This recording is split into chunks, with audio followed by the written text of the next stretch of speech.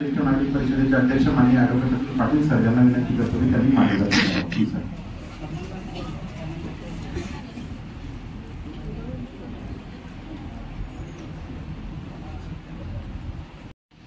सर्वप्रथम सर्व महापुरुषांना अभिवादन करतो. उपस्थित सर्वांना सप्रेम. कहीं हम भूल ना जाए या अभियानांतर्गत पहिली ज्येष्ठ नागरिक परिषद आज आपण इथे आयोजित केली. मंचावर सगळे सिनियर सिटीजन आहेत आणि त्या परिषदेचा अध्यक्ष सिनियर सिटीजन नसलेला मी आहे. मला ज्येष्ठ नागरिकात सध्या तरी काढू नका, अजून काही वर्ष आहेत. निश्चितपणे उद्या मीही ज्येष्ठ नागरिक होणार आहे, कारण की आयोजन कहीं हम भूल ना जाए या अभियानांतर्गत करण्यात आलं आणि म्हणून निश्चितपणे या परिषदेचा अध्यक्ष मी आहे. सर्वप्रथम सगळ्या सिनियर ऍक्टिव्हिस्टला थोडीशी क्षमा मागतो की त्या लोकांना पाहिजे तसा वेळ देऊ शकलो नाही, कारण वेळेची मर्यादा आहे. माझ्याही वाटेला 1 तास जवळपास मी ठेवला होता आणि 8 वाजता परिषद संपणार होती. 8 वाजता मी बोलायला सुरू करतो आहे. निश्चितपणे 1 तास देणार नाही. माझ्याही वेळेची कपात मी करेल, पण 21 मिनिटं निश्चितपणे बोलेल. तर सगळ्यांनी 20 मिनिटं शांतपणे पुन्हा ऐकून घ्यावं. बाबासाहेब आंबेडकरांनी बुद्धिजीवी वर्गाची व्याख्या ॲनिहिलेशन ऑफ कास्ट या ठिकाणी केली होती. तिकडे स्क्रीनवर ती व्याख्या दिसते आहे. बाबासाहेब म्हणतात की प्रत्येक देशातील बुद्धिजीवी वर्ग हा जरी सत्ताधारी वर्ग नसला तरी अत्यंत प्रभावशाली वर्ग असतो. बुद्धिजीवी वर्ग हा असा वर्ग असतो जो पुढे पाहू शकतो, जो सल्ला देऊ शकतो आणि नेतृत्व करू शकतो. कोणत्याही देशातील बहुसंख्यक जनता ही बौद्धिक विचारांचे आणि कृतिशीलतेचे जीवन जगत नसते.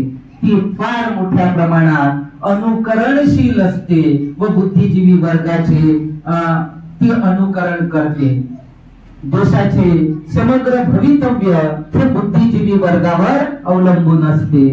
या कथनात मुळीच अतिशयोक्ती नाही. जर बुद्धिजीवी वर्ग हा प्रामाणिक, स्वतंत्र आणि निस्वार्थी असेल तर संकट उद्भवले असता तो पुढाकार घेईल आणि योग्य नेतृत्व देईल असा विश्वास केला जाऊ शकतो. हे बाबासाहेब आंबेडकर बोलतात. आणि याच बुद्धिजीवी वर्गाला बेस बनवून कांशीराम साहेबांनी मुवमेंट सुरू केली. निश्चितपणे बुद्धिजीवी वर्गाची व्याख्या म्हणजे खूप डिग्र्या असणे आणि मोठ्या पदावर कार्यरत असणे असं न करता शिक्षित वर्ग जो जाणू शकतो, जो समजू शकतो, त्या वर्गाला त्यांनी टार्गेट केलं आणि बामसेफ ही संकल्पना पुढे आली. या संकल्पनेतून निश्चितपणे या देशात एक मोठं परिवर्तन झालं, एकेकाळी झालं. आज पुन्हा चळवळ मागे जाते आहे की काय असं विश्लेषक म्हणून, चिंतक म्हणून, चळवळीचे कार्यकर्ते म्हणून, चळवळीवर प्रयोग करणारे म्हणून निश्चितपणे आपण सगळे थोडेफार दुःखीही झाले. लोकांमध्ये जे रिझल्ट येतात, जे मते मिळतात, त्या मताच्या आधारावर त्याला अंक गृहीत धरून आपण या चिंतेमध्ये आज आहोत. पण आपण थोडस मागे गेलं, काही घटनांचा उल्लेख करेल. बाबासाहेब आंबेडकर ज्यावेळी त्यांचं महापरिनिर्वाण झालं तर त्यावेळी कांशीराम साहेब आणि एक पारसराम ज्ञानी नावाचे व्यक्ती हे रूममेट होते. ते जबलपूर मध्ये होते असा उल्लेख या पुस्तकामध्ये बाबासाहेब डॉक्टर आंबेडकर जी का मिशन साहब कांशीराम जी की नजर से हा 5 दिवसाचा कॅडर कॅम्प आहे दिल्लीमध्ये झालेला. या पुस्तकामध्ये तो उल्लेख मिलतो कि हम जबलपुर में थे और ज्ञानी जी ये बहुत परेशान थे. वो खाना भी नहीं खा रहे थे, नौकरी पर भी नहीं आए और वो सिगरेट पीकर इधर उधर घूम रहे थे. मैं सोचा इसका कोई गरीबी आदमी गुजर गया होगा. 2 दिन के बाद पूछा तो उसने कहा कि भाई हमारे महापुरुष नहीं रहे, हमारे मुक्तिदाता नहीं रहे, लेकिन कोई ये ना समझे कि बाबा साहब आंबेडकर जी का मिशन रुक जाएगा, इस काम को कोई आगे नहीं बढ़ाएगा. मैं अपनी नौकरी छोड़ दूंगा, मैं अपने बीवी को तलाक दे दूंगा, मैं बाबा साहब आंबेडकर के मिशन का काम करने, मूवमेंट का काम करने के लिए आगे आऊंगा। फिर 1956 ची घटना, 6 डिसेंबरला बाबासाहेब गेल्यानंतर पंजाबचा रामदासिया शीख परिवारातला हा पारसराम ज्ञानी याच्या मनामध्ये येते की बाबासाहेब आंबेडकर गेले, त्यांच्या कामाचं काय होईल, हे काम कोण करेल, कोणाला तरी पुढे यावं लागेल, मी येतो। त्याला माहित होतं की कदाचित मी तेवढं काम नाही करू शकणार, मी बाबासाहेबांची बरोबरी नाही करू शकणार, पण प्रयत्न मात्र नक्की त्याने केले। त्याच्या मनात हा विचार येणं हे देखील खूप मोठी गोष्ट आहे। तो विचार त्या पारसराम ज्ञानीच्या मनात आला। कांशीराम साहेब म्हणतात, मैंने ज्ञानी जी को समझाया कि भाई ठीक है आप नौकरी नहीं करना चाहते लेकिन बीवी को तलाक ना दे। तो मेरे काफी समझाने के बाद ज्ञानी जी मान गए और उन्होंने कहा कि ठीक है आप इतना कहते हो तो मैं बीवी को तलाक नहीं देता, लेकिन मैं एक कसम खाता हूं कि मैं अपनी कोई औलाद पैदा नहीं करूंगा। और फिर हम दोनों में यह एक किस्म का समझौता हुआ कि हम में से एक समाज का काम समाज में जाकर करेगा और दूसरा व्यक्ति नौकरी करके अपनी कमाई का कुछ हिस्सा उसको देगा और मैं उसे हर महीने अपने कमाई से मनी ऑर्डर भेजने लगा। पुढे कांशीराम साहेब सांगता कि एक दिन मुझे परशुराम ज्ञानी का तार मिला और उसने कहा कि साहब मैं ये काम करते हुए मुझे मनुवादियों ने बहुत मारा है, बहुत पीटा है, मेरी हालत बहुत गंभीर है। और उस महीने का मेरा मनुवादी जी अब इस दुनिया में नहीं रहे। आता हा 81चा कॅडर कॅम्प आहे। या कॅडर कॅम्प मध्ये कांशीराम साहेब सांगतात, हा कॅडर कॅम्प 3 फेब्रुवारी 1981 ते 7 फेब्रुवारी 1981 चा आहे। 5 दिवसाचा टीटीसी आहे दिल्लीचा। या कॅडर कॅम्प मध्ये कांशीराम साहेब एक उल्लेख करतात, ते म्हणतात कि मूवमेंट के लिए शादी नहीं करने की, अपना कोई परिवार नहीं बसाने की सीख, उसका सबक मैंने ज्ञानी जी से लिया। आता ज्ञानीला कोणी ओळखत नाही कारण त्यांच्या कामाचे तेवढे काही फ्रूट्स नाही, त्यांच्या कामाला तेवढं काही यश नाही आलं, पण त्यांच्या कामातून मान्यवर कांशीराम साहेब प्रेरणा घेतात आणि या देशातलं राज पेटवतात। या देशात आंबेडकर वादाला दिल्लीच्या तख्त्यापर्यंत नेऊन पोहोचवतात। तर त्याचंही कुठेतरी बीजारोपण त्या 56च्या घटनेत आहे। म्हणून कोणीही छोट्या लेवलवर देखील मोठे प्रयत्न केले तर ते वाया जात नाही, हे इथून निश्चितपणे आपल्याला पाहायला मिळते। मग पुन्हा एक गोष्ट की महाराष्ट्रातले लोक, आपण लोक, आम्ही लोक हा खूप दावा करतो की पूर्ण भारतामध्येच नाही तर जगामध्ये, भारतातच बाबासाहेबाला जास्त मानतात म्हणून भारतामध्ये बाबासाहेबाला सर्वाधिक मानणारा जर कोणता समाज असेल तर ते आम्ही आहोत, असा दावा आम्ही करतो। आम्ही नारेही लावतो। आता 14 एप्रिल येणार आहे। जेवढ्या मोठ्या प्रमाणात महाराष्ट्रात जयंती होते, करोडो रुपये खर्च होता, तेवढे कुठेच होत नाही। एवढं जेव्हा आपण पाहतो एक नारा लागतो की जब तक सूरज चांद रहेगा बाबा तेरा नाम रहेगा, आणि डीजे वाजतो ना मस्त दारू पिऊन बेधुंद नाचतातही आपले तरुण, तो एक भाग वेगळा। पण बाबासाहेब आंबेडकरांची चळवळ पुढे नेण्यासाठी मी आपलं बलिदान दिलं पाहिजे, ही गोष्ट एकाही सो कॉल पूर्वाश्रमीच्या महाराच्या डोक्यात आली नाही आणि आजच्या बौद्धांच्याही डोक्यात आली नाही। हे तेवढंच सत्य आहे ना। एखाद्या बाबाच्याही डोक्यात आली नाही की मी माझ्या लेकराला चळवळीसाठी कुर्बान करेन म्हणून। आपण 17व्या शतकाचं उदाहरण देतो। एवढा मोठा राजा होता, भारतातल्या इतिहासामध्ये सर्वात जास्त भूभागावर राज्य केलेला माणूस, चळवळीसाठी धनसंपत्ती तर लुटवली। 84,000 स्तूपाचं निर्माण करणं म्हणजे किती धनसंचय लागला असेल तुम्ही समजू शकता। म्हणजे राज्याचा सगळा खजिना एक इतिहास रचण्यामध्ये खर्च केला तर केला, पण मुलगाही दिला ना, महेंद्र नावाचा चळवळीसाठी कुर्बान केला ना, मुलगी दिली ना, संघमित्रा नावाची, काही भेदभाव नाही केला, काही जेंडर डिस्क्रिमिनेशन नाही। मग या गोष्टी आमच्या डोक्यात काय येत नाही। आपण बुद्धाची चळवळ सांगतो, बुद्धांनी चळवळ चालवायची असेल तर फुल टाइमर पाहिजे आणि मी एकटा नाही लोकांची फौज लागेल म्हणून भिक्खू संघ निर्माण केला ना, की ज्यांचं पर्सनल काही घर असणार नाही, ज्यांचे पर्सनल काही अम्बिशन असणार नाही, पर्सनल काही गोल असणार नाही, हे सगळं डोळ्यापुढे ठेवून जगायचंच आहे. पण समाजासाठी जगायचं आहे, पोटाचाही विचार करायचा नाहीये. समाज देईल ते खायचं आहे आणि जिथे जागा मिळेल तिथे राहायचं आहे.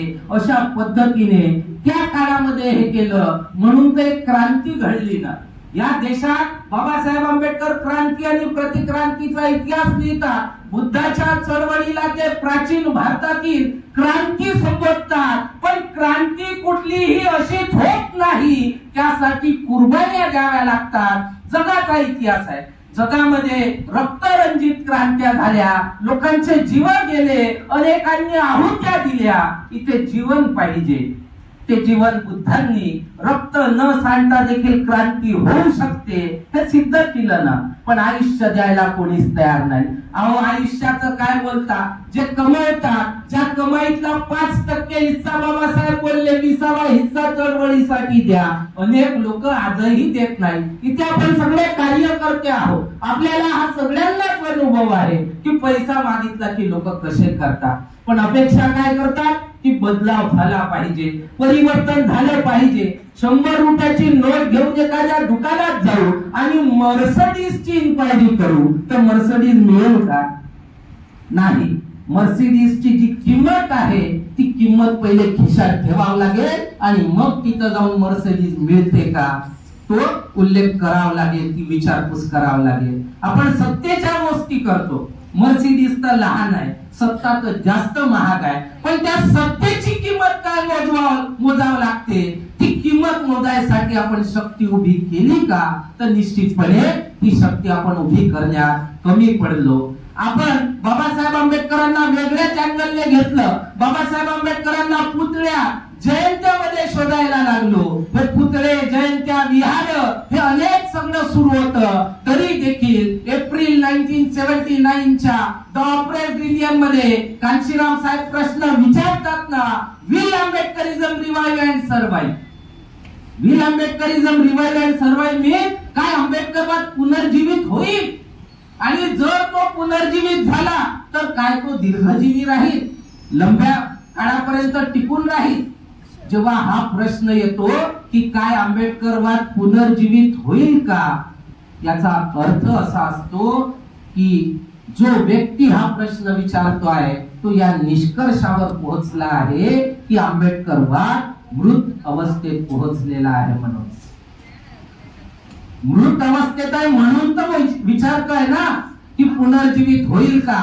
मग 1956 ते 1979 पर्यंत आम्ही कामं तर केली, विहार तर बांधली, पुतळे तर बांधली. याचा अर्थ असा नाही की बाबासाहेबांचे पुतळे बांधू नये, निश्चितपणे ती बांधावी. तो एक इतिहास रचण्याची ती घटना आहे. पण चळवळीचं कामही करावं, ती विचारधारा देखील पुढे न्यायला प्रयत्न करावे.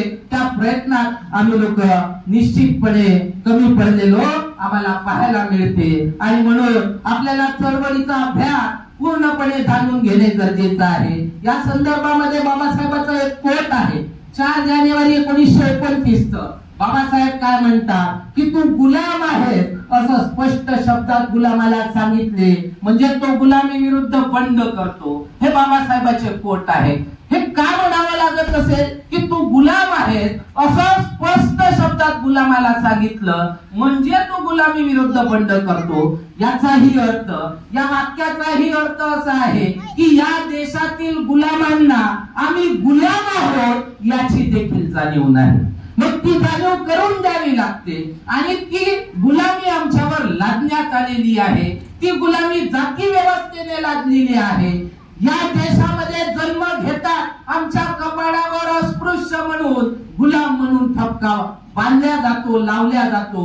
तो ठपका, ती गुलामी आमची काही केल्या जात नाही. आम्ही शिक्षण घेतलं तरी जात नाही, आम्ही मोठमोठ्या पदावर गेलो तरी जात नाही. आणि तो काळ जुना बाबासाहेबांचा होता असं कोणी समजू नये, हे आताचही आहे. जेव्हा आपण पाहतो की आता ज्या आपल्या राष्ट्रपती आहेत, भारताच्या देशाच्या प्रथम नागरिक आहेत, माननीय द्रौपदी मुर्मू आहेत. याच्यापूर्वी कोण होते राष्ट्रपती? रामनाथ कोविंद होते है ना, आणि त्यांचं नाव जेव्हा बीजेपीने राष्ट्रपती पदासाठी पुढे आणलं त्यावेळी जेवढा जो मीडिया आहे, मनुवादी मीडिया, विषमतावादी मीडिया, त्यांनी काय प्रचार केला, भारत में दलित राष्ट्रपती पद का उमेदवार, दलित शब्द प्रयोग केला. त्यापूर्वीच्या राष्ट्रपतीला कोणी ब्राह्मण, कोणी मराठा, कोणी अमुक धमुक असं म्हटलं नाही, पण कोविंदला दलित का म्हटलं गेलं? या देशात दलित म्हणजे काही मान सन्मान आहे का? नाही. या देशात दलित म्हणजे काय, तर कास्टच्या आधारावर ज्याला पूर्वी अस्पृश्य म्हटलं गेलं त्याला नवीन शब्द म्हणून दलित शब्द प्रयोग केला गेला. तर त्याही लोकांना म्हणजे प्रथम नागरिक, देशाचं सगळ्यात उच्च पद, त्यालाही जातीचा ठपका आजही लावतात ना. मग तुम्ही का समजता की आमची जात गेली म्हणून? सगळ्यात जास्त विरोध आम्हालाच होतो.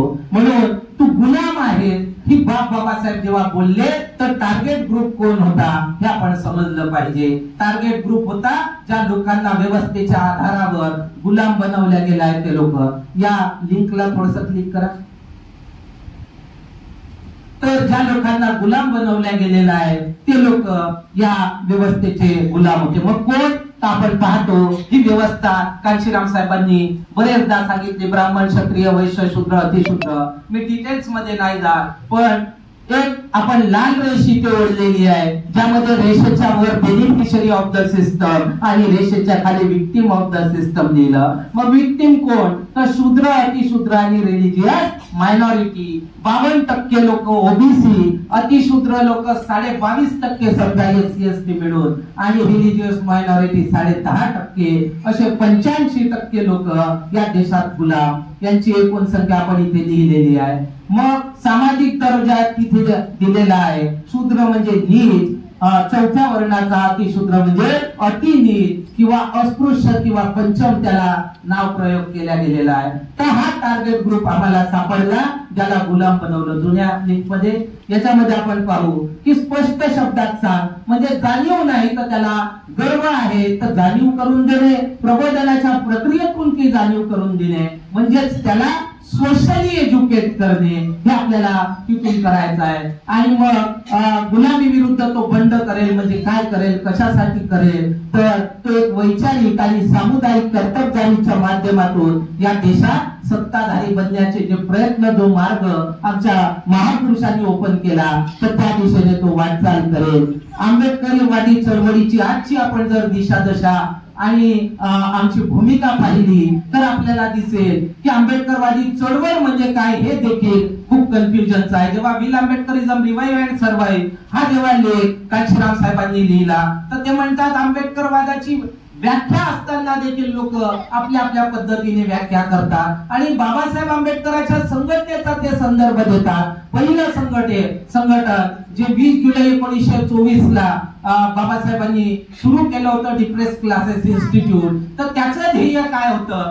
तर या देशात राजकीय आणि सामाजिक समता प्रस्थापित करणे आणि आर्थिक वृद्धी झाली पाहिजे या समाजाच्या आयुष्यात. हे तीनच ध्येय होते, सामाजिक आणि आर्थिक, राजकीय समता प्रस्थापित करणे आणि आर्थिक दृष्टीने या समाजाच्या मध्ये वृद्धी होणे, आर्थिक वृद्धी होणे. या गोष्टीला बाबासाहेब आंबेडकरांना कांशीराम साहेब आंबेडकरवाद आणि आंबेडकरवादी चळवळ असं संबोधलेलं आहे. पुढे ते म्हणतात की अनेक लोक भ्रमक झालेले आहेत, काही लोकांना तुकडे फेकून त्यांना गुलाम बनवलं आणि ते लोक समाजामध्ये भ्रम पसरवतात. सामान्य जनता ही आंबेडकरवादाच्या प्रती त्यांचा खूप विश्वास आहे. जेव्हा जेव्हा त्यांच्यावर अत्याचार होतो त्यांच्यामध्ये आंबेडकरवादाची तीव्रता अधिक वाढते. हे देखील कांशीराम साहेब तिथे मांडणी करतात आणि ते म्हणतात की अशा वेळी पुन्हा भ्रमित करणारे चमचे हे समाजाला मोठ्या प्रमाणात भ्रमित करतात आणि बहकवतात. म्हणून आम्हाला आंबेडकरवादाची स्पष्ट व्याख्या करावी लागेल आणि खरा आंबेडकरवादी कोण आणि आंबेडकरवादाचं ढोंग कोण करत आहे हे देखील समाजाला सांगावे लागेल. या पद्धतीने साहेबांनी सोच बनवून विचार करून ते पुढे चालत गेले. या संदर्भात ते म्हणतात की it is more important in which direction you are marching that distance covered. अनेक लोकांना असं वाटतं की आम्ही खूप काम करतो पण त्या कामाची दिशा कोणती आहे याकडे आम्ही बरेचदा लक्ष देत नाही. आम्ही जे काम करतो आणि बाबासाहेबांनी जे काही ध्येय निश्चित केलं त्या ध्येयाकडे एक पाऊल तरी पुढे जातो का आमच्या कार्याने? जर तो जात नसेल, केवळ आम्हाला समाधान होत असेल की आम्ही काहीतरी केलं किंवा आम्ही काहीतरी करतो आहे,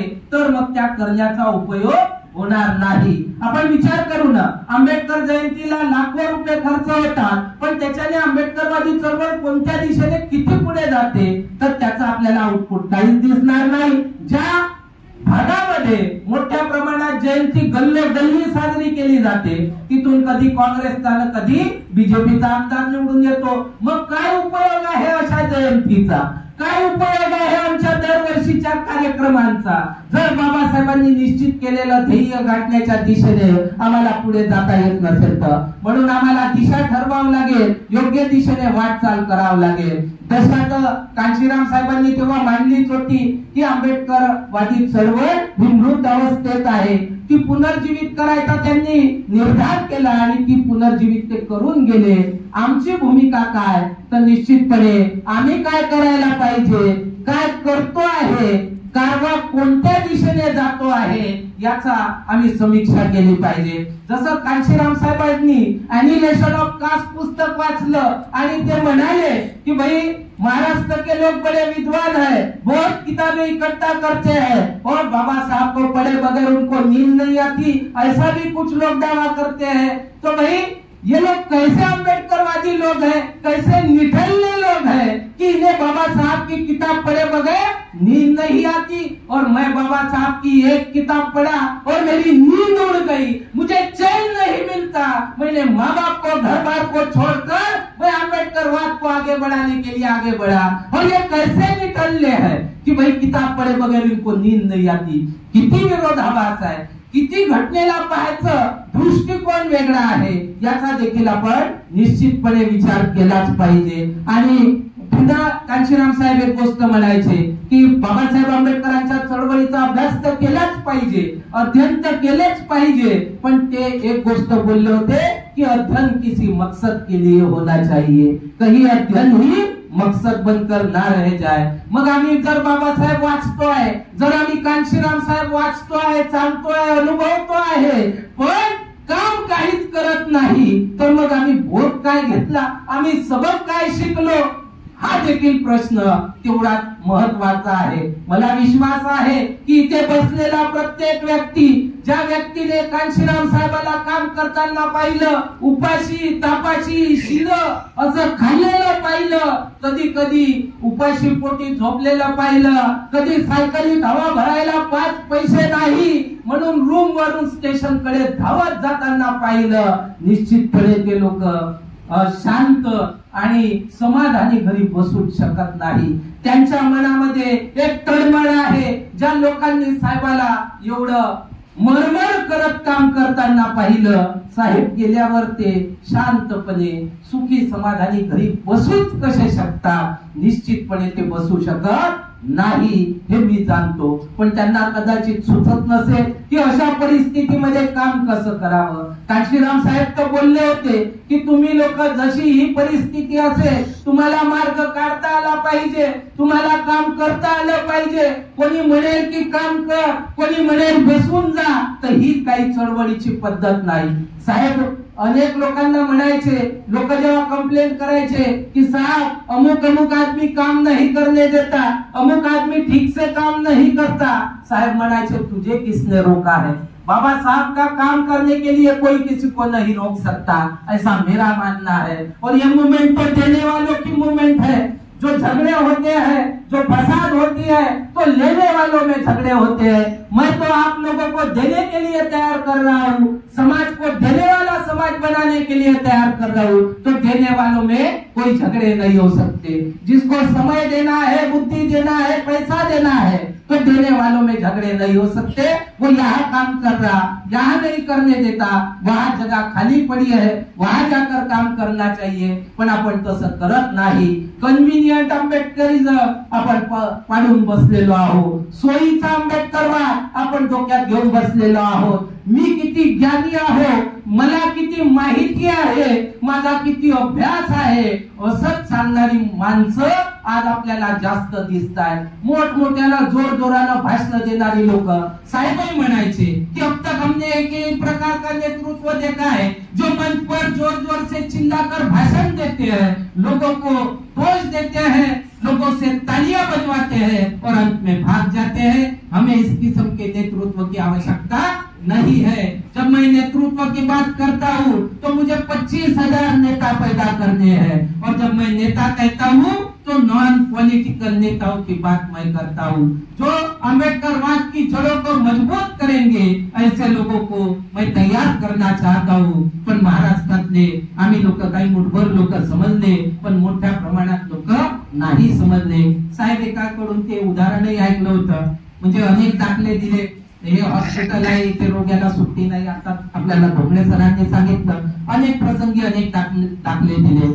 एक दाखला त्यांनी असाही दिला की महाराष्ट्र में त्यांना जेव्हा पत्रकारांनी विचारलं म्हणे कि महाराष्ट्र से मूवमेंट शुरू की वहां क्यों नहीं रिजल्ट, उत्तर भारत में रिजल्ट क्यों? तो महाराष्ट्र में जो खुद को अम्बेडकरवादी कहते हैं, तो अम्बेडकरवाद के जो रास्ता है, जिस रास्ते से कारवा को लेकर जाना है, तो कुछ लोग, आता मी त्यांचा उल्लेख नहीं करा, कुछ लोग वहां टट्टी करने बैठे हैं. अब वो ना टट्टी करते हैं ना उठते हैं, सिर्फ रास्ते को घेर कर बैठे हैं, असा उल्लेख त्यांनी केला. म्हणजे शब्द प्रयोग हगने बैठे हैं असा केला होता. तर टट्टी करने में थोड़ा सा सोफिस्टिकेटेड केला कि ऐसे लोग यहाँ है, ना खुद कुछ करते हैं, ना दूसरों को करने देते हैं, और सिर्फ रास्ता घेरकर, जगह घेरकर बैठे हैं. असे अनेक दाखले साहेबांनी अनेक प्रसंगी दिले. पण ते म्हणतात की तमन्ना यदि सच्ची हो तो रास्ते निकल आते हैं, तमन्ना यदि झूठी या सुपरफिशियल हो तो बेहतरीन बहाने निकल आते हैं. या पद्धतीने कांशीराम साहेब त्यावेळी मांडणी करतात. या चळवळीमध्ये आपण पाहू की साहेबांनी मार्ग काढले, साहेबांनी कर्मचाऱ्यांना गोळा केलं, साहेबांनी गल्लीमध्ये चळवळ नाही चालवली, साहेबांनी देशभरामध्ये बांधणी केली, सगळीकडे कार्यकर्ते निर्माण केले, भामसेट बनवली, भामसेटच्या माध्यमातून जनरेटर उभं केलं, ब्रेन बैंक उभा केला. ये लोग हमारे प्लानर होंगे, ये प्लान करेंगे, ये फंड प्रोवाइड करेंगे, और ये लोग पीछे रहकर काम करेंगे. जिस तरह से पेड़ होता है, पेड़ ऊपर में जो आता है बूंदा आता है, फिर टहनी आते हैं, पत्ते आते हैं, फूल आते हैं, फल आते हैं. तो कोई भी पेड़ जो होता है तो दो तरह से बढ़ता है, एक तरफ वो ऊपर की ओर बढ़ता है और दूसरी ओर वो नीचे की ओर बढ़ता है. तो भामसेट को नीचे की ओर बढ़ना है, गहरी जड़ें मजबूत करनी है, और वो इस पेड़ को आगे बढ़ाएगा तो इसको फल भी आएंगे, ये छांव भी देगा. तो इस तरह का भामसेट होना चाहिए. पण भामसेटचे लोक आम्ही पुढे येतो असं म्हणून काही लोकांच्या मनात त्या अँबिशन जागृत झाल्या आणि त्यांनी आपल्या अँबिशन मध्ये पूर्ण सत्यानाश केला. नाहीतर साहेबाच्या डोक्यात सगळे प्लॅनिंग होते, पॉलिटिकल सुरुवातीपासून होतं. म्हणूनच पुण्याच्या ऑफिस मध्ये एका रूम मध्ये भामसेटचं कार्यालय आणि दुसऱ्या रूम मध्ये आपल्याला दिसते की त्यांनी आरटीआयचं कार्यालय चालवलं. नंतर 71च्या युतीनंतर मुझेही कुछ करना पडेगा म्हणून ते पुढे आले. नंतर DS4 बनवली, एज्युकेशनल विंग सुरू केली, एज्युकेशनच्या माध्यमातून निवडणुका देखील लढवल्या. त्यावेळेचे काही कार्यकर्ते साहेबाला म्हणत, विशेष करून हरियाणा आणि जम्मू काश्मीरची निवडणूक, तर तिथे आपण जवळपास बऱ्याच सीट लढवल्या. तर काही कार्यकर्ते म्हणायचे इतनी सीट लढने से बेहतर है कि कुछ सीटों पर कॉन्सेंट्रेट करे और जीत जाए. कांशीराम साहेबाच्या डोक्यात तेव्हाही होतं, ते म्हणाले मेरी बात ये लोग समझ नहीं पाते हैं, मुझे इस पार्टी को राष्ट्रीय पार्टी बनाना है. आणि त्यावेळी राष्ट्रीय पार्टी बनवण्याचा निकष 4% मतं होती. आता 4% मतं मिळवणं हा त्यांचा जेव्हा गोल होता, तर जास्तीत जास्त कॅन्डिडेट उभे करावे लागतील, 4 राज्यामध्ये रिकॉग्नाइज व्हावं लागेल, तेव्हा तो एखादी पक्ष राष्ट्रीय पक्ष बनतो. 84ला त्यांनी BSP आणली, DS4च्या माध्यमातून पुणे पॅक धिक्कार परिषदा घेतल्या. 20 दिवसामध्ये 20 परिषदा देशभर झाल्या. भामसेट बनल्याबरोबर 78ला भामसेट बनलं आणि 79ला 14 एप्रिल 79 to 14 जून 79 पर्यंत 2 महिने वीर आंबेडकरिझम रिवायवल सर्व्हेच्या अनेक राज्यात परिषदा झाल्या. दुसऱ्या वर्षी 80ला त्याच 2 महिन्याच्या कालावधीमध्ये वीर आंबेडकरिझम आंबेडकर मेलॉन व्हील हा प्रयोग घेऊन 9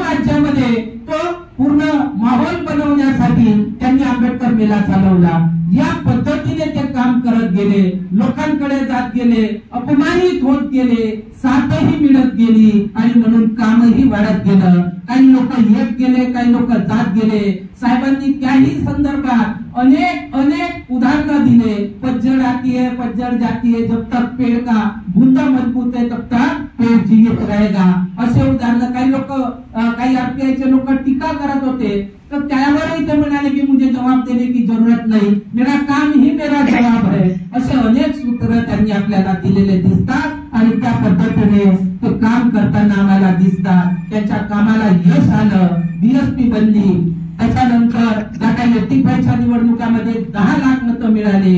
त्याच्यानंतर आपण पाहू 89च्या निवडणुकांमध्ये 3 खासदार आणि 52 लाख मतं मिळाले. 5 वर्षामध्ये मी अगोदरच म्हणालो की मतं म्हणजे मार्क्स आहेत, तो आमचा रिपोर्ट कार्ड आहे आणि चळवळ कशी कशी वाढत गेली. भारतीय राजनीतीमध्ये 89 to 99 या कालावधीमध्ये अस्थिरता खूप होती आणि त्या अस्थिरतेचं जर कोणी कारण असेल तर मान्यवर कांशीराम साहेब होते. ज्या काँग्रेसला हवा समजत होते सगळे, त्या काँग्रेसला कमजोर जर कोणी केलं असेल तर कांशीराम साहेब, बहुजन समाज पार्टी यांनी केलं. आणि शोकांतिका तेव्हा होते मित्र हो, जेव्हा त्या बॉम्बसेट मध्ये काम करणारे लोक आज बीजेपीला रोखायसाठी काँग्रेसला मतदान करा म्हणतात, तर तेव्हा मग त्यांच्या बुद्धीची कीव येते की हे काय शिकले साहेबासोबत राहून, काय यांची वैचारिक पातळी आहे हे देखील आम्हाला समजायला येते. काय केल्यानं आमची ताकद वाढू शकते. जर उद्या कोणी आंबेडकरवादी चळवळीचा अनालिसिस करायला निघाला, जी मतं काँग्रेसच्या बॅनरवर त्या सिंबलवर मिळाली, तर त्याला आंबेडकरवादी नाही, त्याला गांधीवादी म्हणून त्याचा काउंट होईल. आणि जी मतं आंबेडकरवादी पक्षाचे जे कुठले पक्ष असतील, मग आरपीआयचे कुठलेही गट असो काही असो, तर यांना आंबेडकरवादीच कन्सिडर केल्या जाईल. तर ही बाब, एवढी सोपी बाब आम्ही का समजत नाही. जी गोष्ट कांशीराम साहेबांच्या डोक्यात आली, त्यांना वाटलं की मी घरदार सोडलं पाहिजे, मायबापाला सोडलं पाहिजे. त्यांचा एक नातेवाईक जेव्हा पुण्यात भेटला, त्यांच्या काकाचा नातेवाईक, आणि तो म्हणाला की भाई माँ बाप से एक बार मिलने में क्या जाता है, तो तेरे माँ बाप तुझे बहुत याद करते हैं, तू उनकी औलाद है, उन्होंने तुझे पैदा किया, पाल पोस कर बड़ा किया, एक बार मिलने में क्या जाता है. कांशीराम साहेबांचं उत्तर काय होतं माहिती आहे? कांशीराम साहेब उत्तर देतात कि बोले पंजाब में, हमारे पंजाब में आदमी चाहे कितना भी गरीब हो, वो भूख से नहीं मरता, वो रूखी सूखी खाकर जिंदा रह लेता है. लेकिन यहाँ महाराष्ट्र में आकर मैंने देखा है कि यहाँ झूठी पत्तल चाटने के लिए लोग कुत्तों और सुअरों जैसे दौड़ते हैं. यह हालात मुझे बदलने हैं और इसलिए मेरे माँ बाप समझ ले कि मैं उनके लिए मर गया हूँ. या तीव्रतेनं जेव्हा एखादी व्यक्ती काम करते, त्याच्या कामाला यश मिळते. कन्व्हिनियंट आहे ना, किंवा आपण काय म्हणू, पार्ट टाइम जर असं कोणी म्हणत असेल तर त्याला यश मिळत नाही. ही बाब केवढीच सत्य आहे. आणि म्हणून या चळवळीला जर यशस्वी करायचं असेल तर अनेक लोक नाही का भाषणात आता जयंत्यात बोलतील की बाबासाहेब आंबेडकरांची उंची म्हणजे एवढी आभाळा एवढी उंची आहे, बाबासाहेबांची बरोबरी कोणीच करू शकत नाही. अरे कोणी येते ना म्हणते की भाई बाबा आपका तुझा नाम वगैरे वगैरे, ते लोक समाजाला फटकवतात. बाबासाहेब दुसरा पैदा होणे नाही असं जेव्हा हे लोक म्हणतात, तर यांनी बाबासाहेब काय वाचला, काय समजला, काय डोक्यात घेतला आणि समाजात काय मिसकन्सेप्शन पेरून राहिले याची देखील कीव येते. अरे बाबासाहेब आंबेडकर स्वतः जेव्हा विदेशातून शिकून आले आणि त्यांनी इंग्रजांशी भांडून विदेशात स्कॉलरशिपच्या माध्यमातून लोक पाठवली, त्यावेळेचं बाबासाहेबांचं एक भाषण आहे.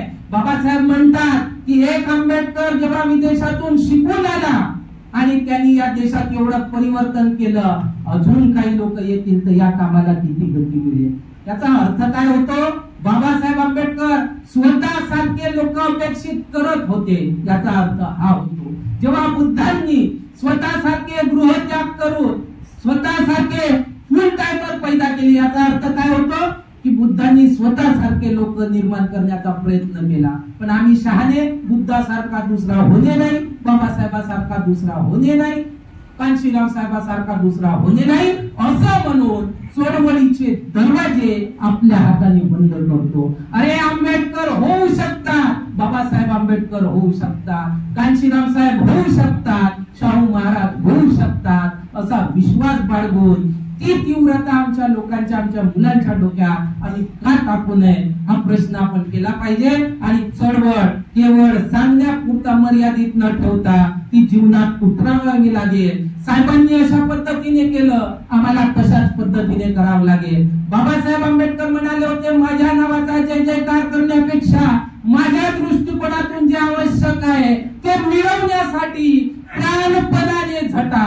मग तसे प्राणपणाने झटणारे लोक आम्हाला निर्माण करावे लागतील. बाबासाहेब म्हणाले होते, मला अंधभक्त नको, मला अनुयायी हवे. अनुयायी हवेत म्हणजे अनुकरण करणारे लोक हवेत. मी जसं केलं तसं करण्याचा प्रयत्न करणारे लोक हवेत. आणि तसे सच्चे अनुयायी कांशीराम साहेबाच्या रूपाने बाबासाहेबाच्या चळवळीला मिळाले. या चळवळीला एका उंचीवर नेऊन ठेवलं आणि हे सगळं मिळवण्यासाठी या लोकांनी आयुष्य झिजवलं आहे ही बाब आम्ही का लक्षात ठेवत नाही. काही लोक चळवळीचं नाव घेऊन चळवळ खायला येतात आणि आम्ही त्यांना चळवळ खाऊ देतो. म्हणजे मग काय म्हणावं. काही लोक चळवळीचं काम नाही करत, ऐशोआरामात जगतात. त्यावेळी बाबासाहेब आंबेडकरांचं 52 ते भाषण आठवते की समाजात कार्य करणारी माणसे फार थोडी असतात, सामाजिक कार्याचा उमळा फारच थोड्या लोकांना असतो, बाकीचे सर्वजण शेणातल्या किड्याप्रमाणे स्वतःच्या आनंदात मग्न असतात. तेव्हा अशा लोकांना टोचून तू शेणातल्या किड्याचं जीवन जगतो आहे याची जाणीव करून देणे प्रत्येक सुशिक्षिताने आपलं कर्तव्य समजलं पाहिजे. हे जेव्हा बाबासाहेब बोलतात मग अशा लोकांकडे आपण वारंवार जाऊन त्याला टोचून त्या हरामखोरांना, त्या बेईमानांना, त्या गद्दारांना, ज्या लोकांनी बाबासाहेब आंबेडकरांसोबत गद्दारी केली त्याचा अहसास दिलवणं आपलं कर्तव्य आहे. कारण तशी जबाबदारी आपल्या खांद्यावर बाबासाहेब आंबेडकरांनी टाकली होती. बाबासाहेब आंबेडकर 31 जुलै 1956 ला नानकचंद्र तुचं पुस्तक आहे डॉक्टर आंबेडकर संस्मरण और स्मृतिया. त्या पुस्तकामध्ये ते म्हणतात, म्हणजे ते रडत म्हणाले अक्षरशः नानकचंद्र तू जवळ, ते काय म्हणतात की मी माझे जीवन कार्य पूर्ण करू शकलो नाही. जे काही मी मिळवू शकलो त्याचा फायदा मुठभर सुशिक्षितांनी घेतला आहे, पण त्यांचे विश्वासघातकी वागणे आणि दलित शोषितांबद्दलची त्यांची अनास्था पाहिल्यावर ते फारच नालायक निघाले असेच म्हणावे लागेल. ते माझ्या कल्पना शक्तीच्या पलीकडे गेले आहेत. ते फक्त स्वतःसाठी आणि त्यांच्या व्यक्तिगत फायद्यासाठी जगतात. त्यांच्यापैकी एकही जण सामाजिक कार्य करायला तयार नसतो. ते आत्मघाताच्या मार्गाने निघाले आहे. ज्या मायबापांना आपला पोरगा मोठा अधिकारी झाला, एवढे कमवतो तेवढे कमवतोचा अभिमान असेल, त्या लोकांनी बाबासाहेब आंबेडकरांचं हे वाक्य आपल्या डोक्यात भरावं आणि माया पोरग बाबासाहेबांमुळे एवढ्या उंचीवर गेलं, समाजासाठी काय योगदान देते हा प्रश्न त्यालाही विचारायला आपण समाजाला भाग पाडलं पाहिजे. अरे आमची काय अवकात होती, उतऱ्याचा स्पर्श चालत होता, आमची सावली चालत नव्हती. तिथून आज आम्ही फाटक्यातून सुटा बुटात पोटात आलेलो आहे. ते फुले शाहू आंबेडकरांमुळे आलो आहे याची जाणीव ठेवून या चळवळीचं काम आपण निस्वार्थपणे, प्रामाणिकपणे आणि योग्य दिशेने केलं पाहिजे. ही तळमळ, ही आग आमच्या मनात पेटली पाहिजे. या गोष्टीने आमची झोप उडाली पाहिजे. तर आमच्या डोक्यात कुठेतरी बाबासाहेब आंबेडकर आहे, तर आमच्या मनात कुठेतरी कांशीराम साहेब आहेत असं म्हणू. नाहीतर निवांत झोप लागत असेल, रात्री लागत असेल, दिवसाही तासंतास झोपत असू तर मग काय म्हणू, मग काय म्हणू हा प्रश्न आपण स्वतःला विचारला पाहिजे. वामनदादा कर्डक म्हणाले होते, मला चीड येत नाही हाच माझा गुन्हा, माझ्यातला भीममीच केला उन्हा, दोष देऊ पुन्हा, दोष देऊ पुन्हा. मनुवाद्यांना, बीजेपीला, याला त्याला दोष देणं फार झालं. आंबेडकरवादी चळवळ त्यांच्यामुळे मागे नाही चालली. त्यांचं तर कामच आहे, ते तर दुश्मन आहे, दुश्मन तो अपना काम करेगा. आंबेडकरवादी चळवळ जर मागे जात असेल तर आंबेडकरवादी चळवळीचा सिपाही हा घरी बसला आहे आणि म्हणून ती चळवळ मागे जात आहे. याचं जाण याचं भान ठेवून जर आपण वागलो आणि माझ्या जिवंतपणी मी जिवंत असेपर्यंत मी माघार घेणार नाही. निश्चितपणे सिनियर सिटीजनच्या अनेक मर्यादा आहेत, ते लोक हे सगळं आता नाही करू शकत, पण त्यांनी तरुण पिढीला तयार करण्यासाठी फील्ड मध्ये त्यांनी काम करावं हे अपेक्षित नाही. ऑफिस मध्ये बसून प्लॅन करावं, यासाठी फंडिंगचं अरेंजमेंट करावं, त्या फंडिंगचा प्रॉपर युटिलायझेशन व्हावं, ऑप्टिमम युटिलायझेशन व्हावं, त्या फंडिंगचं मिसयूज होऊ नये, हे सगळं तर ते करू शकतात. आणि हे सगळं करून जर आपण लोक पुढे जात गेलो तर चळवळ निश्चितपणे एक उम्मीद जिवंत राहील. आपण कदाचित कांशीराम बनणार नाही, आपण जर पारसराम ज्ञानी जरी झालो, आपल्या कार्यातून एक नवीन कांशीराम जरी निर्माण झाला तरी आपण आपला रोल प्ले केला असं आपण समजू. आणि यासाठी आम्ही तर प्रयत्न करत आहोत. सिनियर सिटीजन लोकांच्याही मार्गदर्शनाची आम्हाला सातत्याने गरज आहे, त्याच्या वेळेची, त्याच्या बुद्धीची, त्याच्या पैशाचीही गरज आहे. तर ती गरज ते लोक भागवतील, पुरवतील अशी आशा अपेक्षा बाळगतो. आणि साहेबांच्या जयंतीच्या सगळ्यांना हार्दिक शुभेच्छा देतो. पण जयंतीच्या हार्दिक शुभेच्छा देऊन आम्ही स्वस्थ राहणार नाही ही आशा अपेक्षा बाळगून इथेच थांबतो. धन्यवाद. जय भीम, जय भारत.